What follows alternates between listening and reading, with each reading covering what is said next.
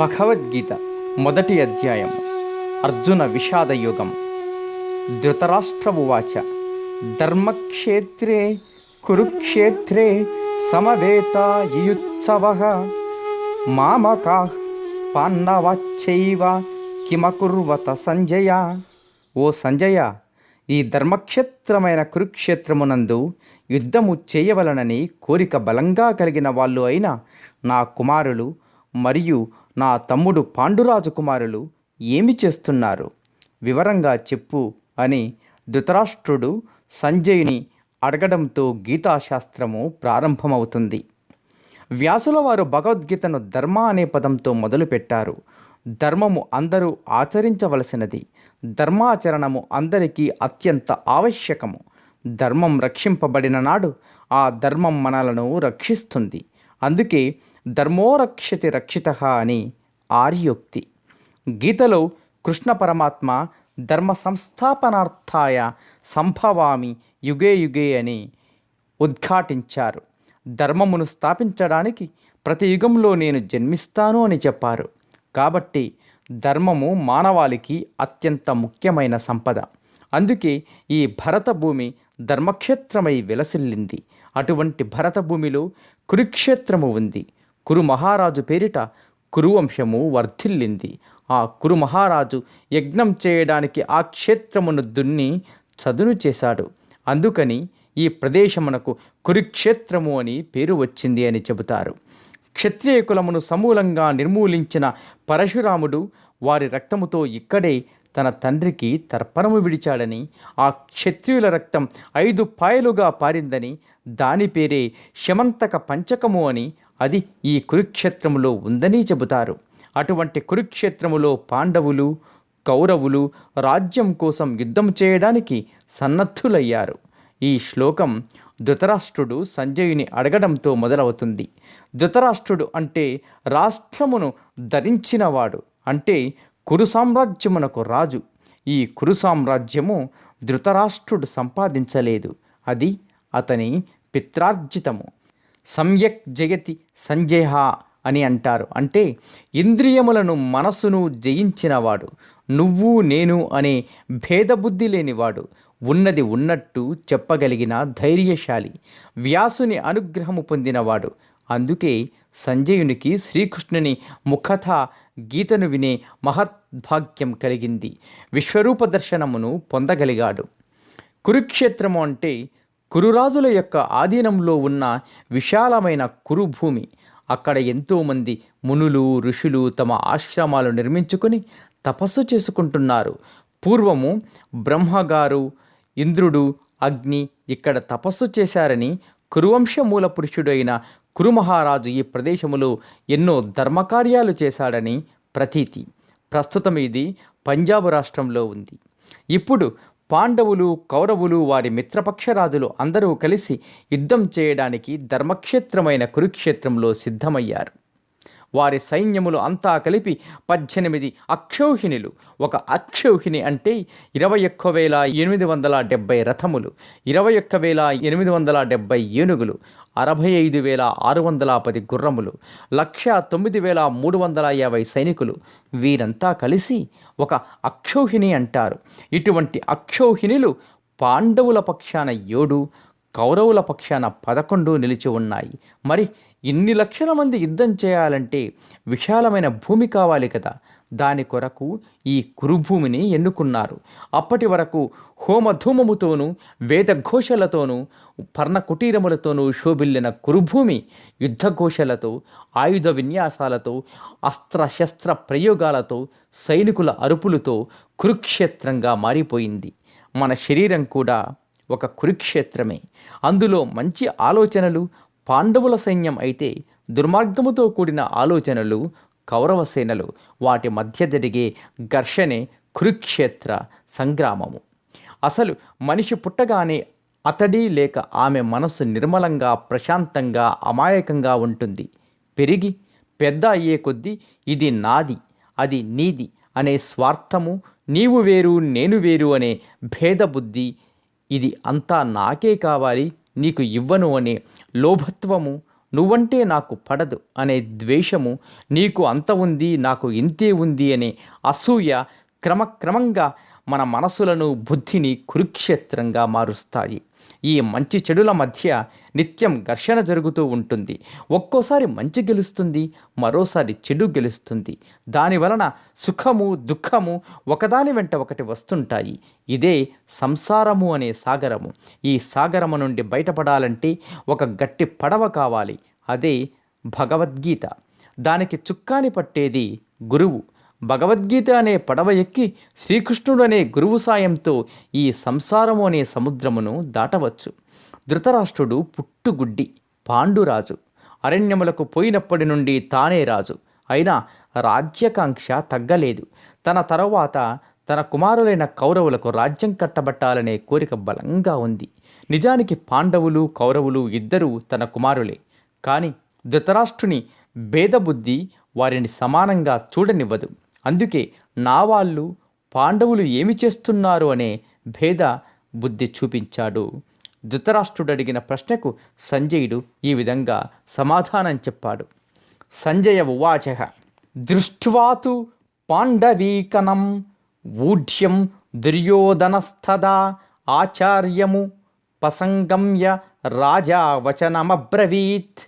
ఓ ధృతరాష్ట్ర మహారాజా, నీ కుమారుడైన దుర్యోధనుడు యుద్ధం చేయడానికి ఉరకలు వేస్తున్న తన సైన్యాన్ని, పాండవుల సైన్యాన్ని ఒకసారి తేరిపారచూచాడు. తన బలం ఎంతో, ఎదుటి బలం ఎంతో అంచనా వేసుకున్నాడు. తన సైన్యం ఏ ఏ వ్యూహములు రచించారో పాండవుల సైన్యముల యొక్క వ్యూహ రచనను గమనించాడు. వెంటనే తన రథమును గురువుగారు ద్రోణాచార్యుల వద్దకు పోనిమ్మాడు. ద్రోణునితో ఇలా అన్నాడు.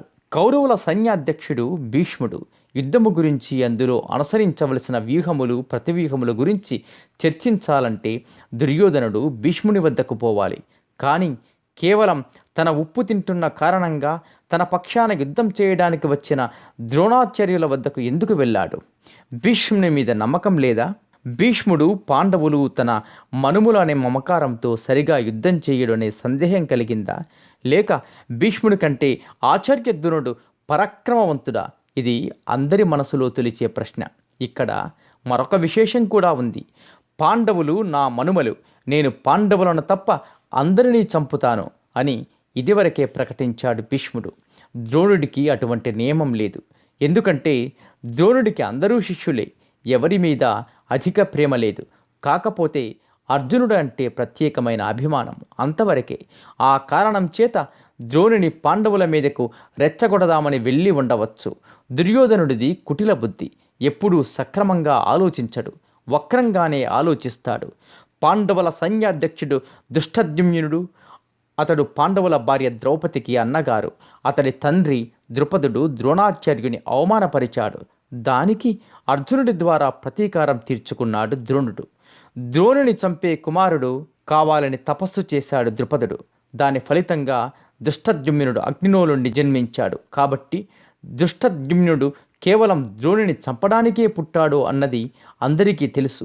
ఈ విషయం తెలిసి కూడా ద్రోణుడు దుష్టద్యుమ్నుడికి విలువిద్య నేర్పించాడు. అస్త్రశస్త్రముల ప్రయోగ ఉపసంహారములు నేర్పించాడు. కాబట్టి ఎదుటి పక్షాన సైన్యాధ్యక్షుడిగా ఉన్న దుష్టద్యుమ్నుడు ద్రోణుడికి శిష్యుడు. తనను చంపడానికే పుట్టిన దుష్టద్యుమ్నుడిని ద్రోణుడు చంపుతాడా లేక శిష్యుడు అని ఉపేక్ష వహిస్తాడా అన్న సందేహము దుర్యోధనుడిలో మొలకెత్తింది. ఈ విషయం తెలుసుకోవడానికి నేరుగా ద్రోణాచార్యుల వద్దకు వెళ్ళి ఇలా అంటున్నాడు. పశ్యైతాం పాండుపుత్రానమాచార్య మహతీం చమూం ప్యూఢాం ద్రుపదపుత్రేణ తవ శిష్యేన ధీమత. గురువుగారు నమస్కారం. ఒకసారి పాండవుల వైపు ఉన్న సేనా సముద్రాన్ని చూడండి. ఆ సైన్యం ముందు ఠీవిగా నిలబడి ఉన్న పాండవుల సర్వ సైన్యాధ్యక్షుడు ధృష్టద్యుమ్నుని చూడండి. ఆయన ఎవరో కాదు, తమరి శిష్యుడే. తమరే అతనికి విలువిద్య నేర్పించారు. తమరే ధృష్టద్యుమ్నుని మహాబుద్ధిమంతుడు అని పొగిడేవారు. కానీ ఆచార్య, ఆయన మీ బద్ధశత్రువు, ద్రుపదుని కుమారుడు అని మరిచిపోకండి.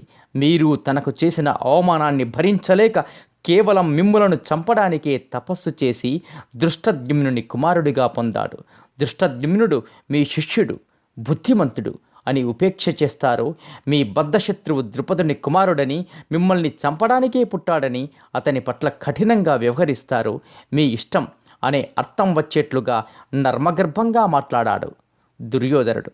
తన రాజకీయ చతురతనంతా ఇక్కడ మాటల్లో చూపించాడు దుర్యోధనుడు. దుర్యోధనుని పక్షాన 11 అక్షౌహిణుల సైన్యం ఉంది. పాండవుల పక్షాన కేవలం 7 అక్షౌహిణుల సైన్యం మాత్రమే ఉంది. కానీ పాండవుల పక్షాన ధర్మానికి ప్రతినిధి అయిన శ్రీకృష్ణుడు ఉన్నాడు. కానీ దుర్యోధనుడి పక్షాన అధర్మం ఉంది. భీముడికి బాలుడుగా ఉండగానే విషం పెట్టాడు. వారిని లక్క ఇంట్లో పెట్టి సజీవ దహనం చేయాలని చూచాడు. అక్రమంగా పాండవుల రాజ్యం లాక్కోవడమే కాక వారి భార్యను అవమానించాడు. అడవులకు పంపాడు. తిరిగి వచ్చి వారు తమ రాజ్యం తమకు ఇమ్మని అడిగితే సూదిమన మోపినంత భూమి కూడా ఇవ్వను అన్నాడు. ఇవన్నీ అధర్మాలని, అధర్మం తన పక్షాన ఉందని దుర్యోధనుడికి తెలుసు. అందుకే దుర్యోధనుడు అభద్రతాభావంతో ఉన్నాడు. తమకంటే చిన్నదైన పాండవుల సైన్యం పెద్ద భూతలంగా కనబడుతూ ఉంది. అందుకే మఖతించమూం అంటే గొప్పదైన పాండవుల సైన్యం చూడండి అన్నాడు. మనలో కూడా ఎంత ఎక్కువ ధనం, ఆస్తి, పదవులు ఉంటే అంత అభద్రతాభావం ఉంటుంది. ముందు వెనక సెక్యూరిటీ గార్డులను పెట్టుకుంటారు. ప్రతి చిన్న విషయానికి భయపడతారు. ఏమీ లేనివాడు నిర్భయంగా, హాయిగా, కులాసాగా, ఒంటరిగా తిరుగుతాడు. అందుకనే ఎక్కువ సైన్యం ఉన్నప్పటికీ సుయోధనుడికి అభద్రతాభావం పోలేదు. దుర్యోధనుని మాటలతో ఒళ్ళు మండిన ద్రోణుడికి దుర్యోధనుని వంక తీక్షణంగా చూచాడు. దుర్యోధనుడు సర్దుకున్నాడు. అందరి మాదిరే దుష్టద్యుమ్నుని గురించి కూడా అడిగాననే అర్థం వచ్చేటట్టు ఇతర వీరుల గురించి ఇలా అన్నాడు. అత్ర శూరా మహేశ్వాస భీమార్జున సమాయుధి యుయుధానో విరాటచ్చ ద్రుపదచ్చ మహారథ దృష్టకేతుక్షేకితాన కాశీరాజచ్చ వీర్యవాన్ పురుజిత్ కుంతిభోజచ్చ శైబచ్చ నరపుంగవ యుధాదామంచు విక్రాంత ఉత్తమౌజాచ్చ వీర్యవాన్ సౌభద్రో ద్రాపదేయాచ్చ సర్వ ఏవ మహారథా. తనలో తాను సర్దుకున్న దుర్యోధనుడు ద్రోణాచార్యులతో ఇలా అన్నాడు. ఆచార్యవర్య, ముందు కేవలం పాండవ సైన్యాధ్యక్షుని గురించి చెప్పాను అంతే. అయినా తమరికి తెలియనిది కాదు. ఏదో నా తృప్తి కొరకు పాండవుల సైన్యంలో ఉన్న మహారథుల గురించి చెబుతున్నాను. శ్రీకృష్ణుడు తమ్ముడు సాత్యకి మహారథి అని పేరుగాంచిన విరాట మహారాజు, దృష్టకేతుడు, చేకితానుడు, మహాపరాక్రమశాలి అయిన కాశీరాజు, పురుజిత్తు, కుంతిభోజుడు, శైబ్యుడు, మహాపరాక్రమవంతుడైన యుధామన్యుడు, మహావీరుడు అభిమన్యుడు, ఇంకా ద్రౌపదీ కుమారులైన ఉపపాండవులు, వీరంతా మహారథులు. వీరి ధనస్సులు చాలా పటిష్టమైనవి. వీరందరూ ధనుర్విద్యా పారంగతులు. వీరంతా భీముడు, అర్జునుడితో సమానంగా యుద్ధం చేయగల సమర్థులు. మహారథి అంటే ఒకే సమయంలో 10,000 మంది సైనికులతో యుద్ధం చేయగల సామర్థ్యం ఉన్నవాడు అని ఒక అర్థం. వేరువేరు చోట్ల వేరువేరు అర్థాలు ఉన్నాయి. మరి వీళ్ళ సంగతి ద్రోణుడికి తెలియదా? తెలుసు. కానీ ఎదుటి బలమును, తన బలమును అంచనా వేయడం యుద్ధనీతి. అందుకే ఈ వివరాలు చెప్పాడు. ఇంకా తన పక్షానున్న వీరుల గురించి కూడా చెబుతున్నాడు దుర్యోధనుడు. అస్మాకం తు విశిష్టాయే తాన్నిబోధ ద్విజోత్తమ నాయకా మమ సైన్యస్య సంజ్ఞార్థం తాన్ బ్రవీమితే. ఆచార్యవర్య, తమకు తెలియదు అని కాదు, మన పక్షంలో ఉన్న మహారథుల గురించి కూడా చెప్పుకుంటే నా మనసుకు కొంచెం ధైర్యంగా ఉంటుంది కదా. అందుకని కేవలం తమరి గుర్తు కోసం మన వైపు ఉన్న యోధానుయోధుల గురించి చెబుతాను వినండి.